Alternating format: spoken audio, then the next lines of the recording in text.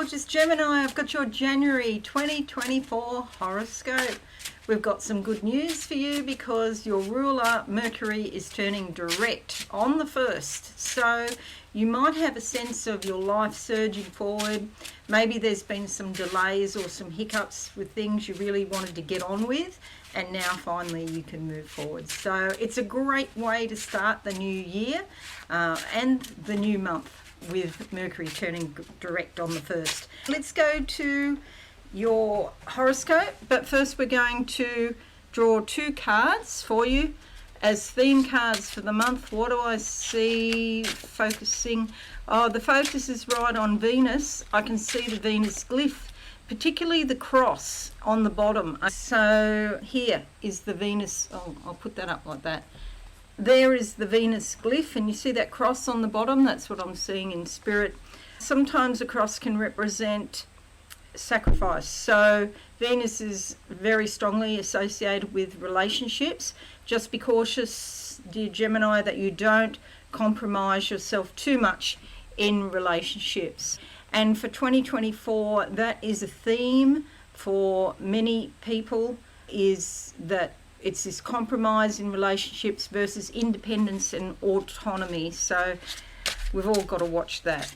But Venus won't be going retrograde this year, so relationships don't get that usual slowdown this year. So the card that comes out is the 4 of Pentacles. This is about your money. It could be a sense of slowing down with money, or maybe some difficulty around money, because look at these sheer cliffs. However, at the back of her, and you'll know if you've ever done bushwalking or anything, when you have these sorts of structures in nature, there's often like a windy path through the bottom. So yeah, it might be a little bit convoluted. It might not necessarily be straight going, but there is a way around this. So don't be too concerned. Also, it's easy to fall into the trap when you don't have much money of looking at other people that seem to have money, because a lot of people like to show that they've got money but they really don't have money, and then being overly impressed with wealth. Wealth is really worth nothing when you leave this planet. So, but of course it's a matter of where you're at in life as to how you feel about it. But yeah, just don't fall into that trap of being overly impressed with money, and because then that can lead some people to associate their identity with money, and then of course when you finally leave here, then it's quite a shock so to find out that money's worthless on the other side. There's a way through any financial difficulty that you may be suffering, and it's only for a time. There's a path that will lead you out.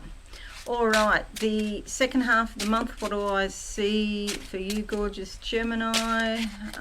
Something about counting, but this is piano keys, counting piano keys. Hey, I did study music decades ago, but I don't know what that could possibly mean.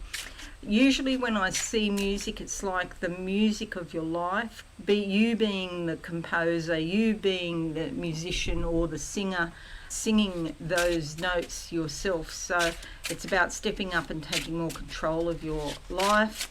The card that comes out is the Wheel of Fortune, basically telling you that everything changes, that no matter what situation you're in now, change is always possible and in fact cannot be avoided.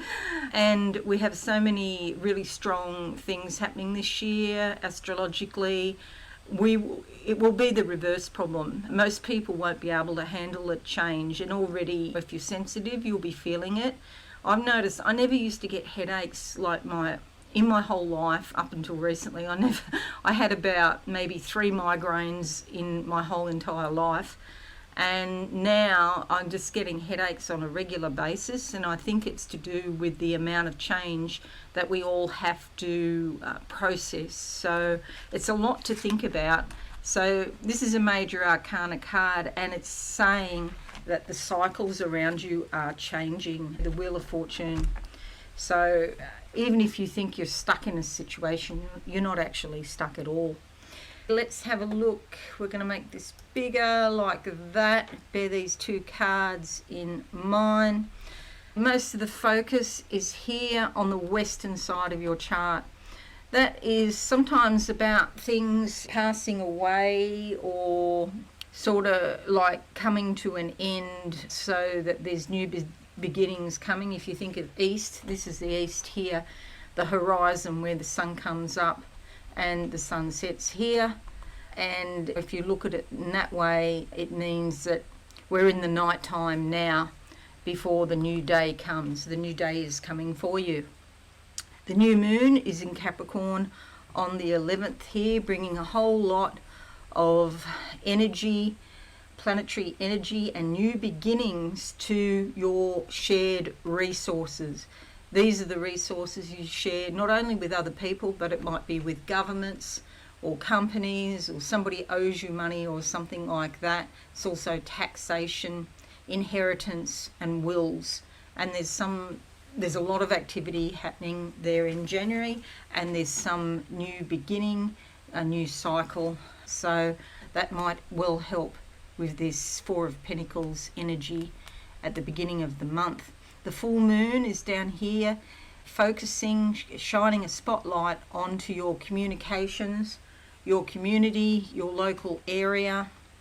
And sometimes it's a bit of a shake-up, it can be a little bit turbulent. Also to do with distant family members, cousins, siblings that are away or you haven't had much contact with.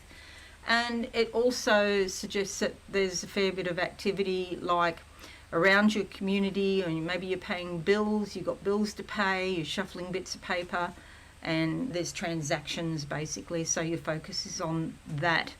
Mercury direct on the 1st, I already talked about because that's your ruler.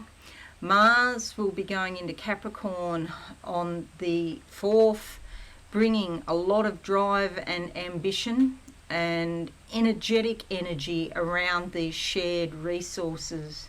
It's also intimacy as well. If you're in a relationship, you might find that relationship goes to a deeper level. With Mars, though, it can be abrasive or even rude or aggressive. However, the good news is that Venus is also going in there to smooth things over on the 23rd. So you've got this combo of this real sort of strong, forceful energy, and then the really gentle, smooth, peaceful energy, so that you can work the problems out. You've got the energy to achieve and to work out any potential problems, and Venus will want that. Just of course be careful you don't compromise yourself too much, because Venus tends to over compromise and Mars doesn't compromise. So Mercury's also going in there on the 13th, bringing lots of communications, lots of really brilliant ideas, flashes of insight into this situation here. The Sun and Pluto, both on the 20th, are going into Aquarius here. This is your house of the higher mind, and this is going to give you a lot of insightful stability, comfort, security, because maybe you worked a problem out and now you feel much better. So the house of the higher mind can also involve your spirituality. It could be something about learning higher order concepts, retraining or education as well. But with the Sun, it's likely to go quite smoothly, and you're likely to see things more clearly than you normally would. You've also got your MC in there, which is the midheaven, or medium Coley is the actual name in astrology. And this is about your life mission, what you're supposed to be doing with your life, your vocation. Because this is all happening in Aquarius, it's quite a spiritual sign, but it's a very mental sign in the sense of using a lot of mental energy. It's an air sign, even though the glyph, see the waves here in the glyph, and it's usually a person holding a jar of water, and they're called the water bearer because they're quite emotional, but at the same time they also have this ability to detach and look at things from the higher point of view. And that's what this is all calling you to, looking at the big picture around travel, maybe overseas travel, educating yourself more, philosophy, looking into philosophy, and these really big picture questions about your life. Is your life going the way you want it to go?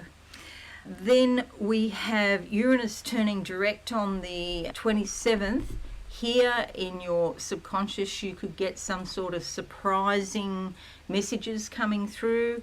Maybe there's a fair bit of volatility in your subconscious. You might notice it in your dreams, the little flashes we all have in the daytime while we're working, especially if you're, say, in the shower or if you're dealing with water. Gorgeous Geminis, washing up, for example, and you don't have much in your head, and you're just doing those sort of domestic tasks, doing them by rote. So your mind just goes blank, and then all of these surprising and unpredictable things could come into your awareness. So write those down. There might be some clues in there for you. They could help you out. And Venus moving into Capricorn, I already mentioned. Here, smoothing all of these turbations out concerning your intimate life, but also those shared assets that you share with somebody else. So that's it, gorgeous Geminis. A few things happening there for you. Things are looking pretty good though, and it looks like you're going to be surging ahead in January more than perhaps you thought. Thanks so much for watching. I really appreciate that. Don't forget to subscribe, leave a comment and a like. That would be fabulous. I just want to wish you all a very happy new year and lots of insight as we go into 2024. There's so much happening and really big things that are going to make a lot of difference to our lives. I'll see you all again soon. Thanks and bye for now.